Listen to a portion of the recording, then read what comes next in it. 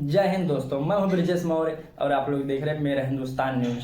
आज मेरे हिंदुस्तान न्यूज में बात करेंगे कि अहमद का नाम उत्तर प्रदेश में जयराम की दुनिया में सबसे ऊपर लिया जाता है। अतीक की जितनी उम्र नहीं थी उससे कहीं ज़्यादा उस पर मुकदमे दर्ज थे। वहाँ 17 साल की उम्र में अतीक पर पहली बार हत्या का आरोप लगा था।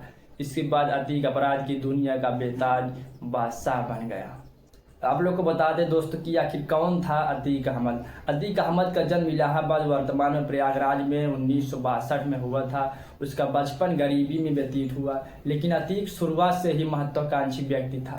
अतीक के पिता हाजी फिरोज टांगा चलाते थे, लेकिन वह अपराधी प्रवृत्ति के थे। अति महत्वाकांक्षी होने की वजह से अतीक ने पिता की तरह जुर्म की दुनिया में अपनी दस्तक दी। कुछ ही समय में वह क्राइम की दुनिया का बेताज बादशाह बन गया। मात्र 17 साल की उम्र में अतीक पर हत्या का आरोप लगा था, तो उम्र बढ़ने के साथ साथ जयराम की दुनिया में अतीक का नाम भी बढ़ने लगा। रंगदारी, जमीन पर कब्जा, हत्या समेत कई मामले में उनका नाम सामने आया, लेकिन हर बार वह कानूनी दांवपेच में बच निकलता था। जयराम की दुनिया में दस्तक देने के बाद अतीक कुछ ही सालों में जयराम की दुनिया में गिरोह वाला अपराधी बन चुका था और इलाहाबाद में चांद बाबा के गिरोह पर भारी पड़ने लगा और कुछ ही समय में चांद बाबा की हत्या हो गई, जिससे अतीक का नाम काफ़ी सुर्खियों में आया। अब अतीक यूपी में जयराम की दुनिया का सबसे बड़ा बादशाह बन चुका था। कहते हैं ना कि अपराध की दुनिया में ताकत और दौलत कमाने के बाद अतीक अहमद ने खादी पहन ली। राजनीति को अतीक ने अपने गुनाहों पर पर्दा डालने के लिए कवच के रूप में इस्तेमाल किया। अपराध और राजनीति की जुगलबंदी से इस माफिया ने अरबों का काला साम्राज्य खड़ा कर दिया। बात 1989 की है। 1 साल जेल में रहने के बाद बाहर आए अतीक ने इलाहाबाद पश्चिमी विधानसभा सीट में निर्दलीय पर्चा भरा।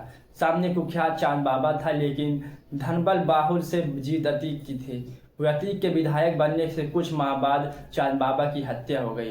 हालात हो गए कि कोई अतीक के सामने चुनाव में खड़ा होने की हिम्मत नहीं रखता था।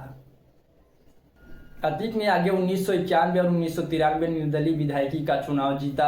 वर्ष 1996 सपा से टिकट पर लगातार चौथी बार विधायक बन गया।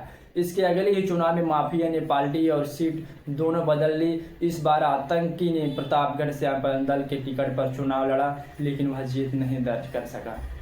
अतीक अहमद वर्ष 2002 में पुरानी सीट पर लौटा और अपने दल के टिकट पर 5वीं बार उम्र विधानसभा चुनाव पहुंचा। साल 2004 में हुए लोकसभा चुनाव में अतीक अहमद समाजवादी पार्टी के टिकट पर लोकसभा चुनाव लड़ा और जीत हासिल की। आप लोग को बता दें दोस्तों कि अतीक के पतन की शुरुआत 25 जनवरी 2005 को इलाहाबाद पश्चिम सीट से तत्कालीन बसपा विधायक राजू पाल की हत्या कर दी गई। इस हत्याकांड में माफिया अतीक अहमद और उसके अशरफ समेत कुल 9 लोगों को आरोपी बनाया गया था। दिन दहाड़े हुई इस घटना के बाद अतीक के पतन की शुरुआत हो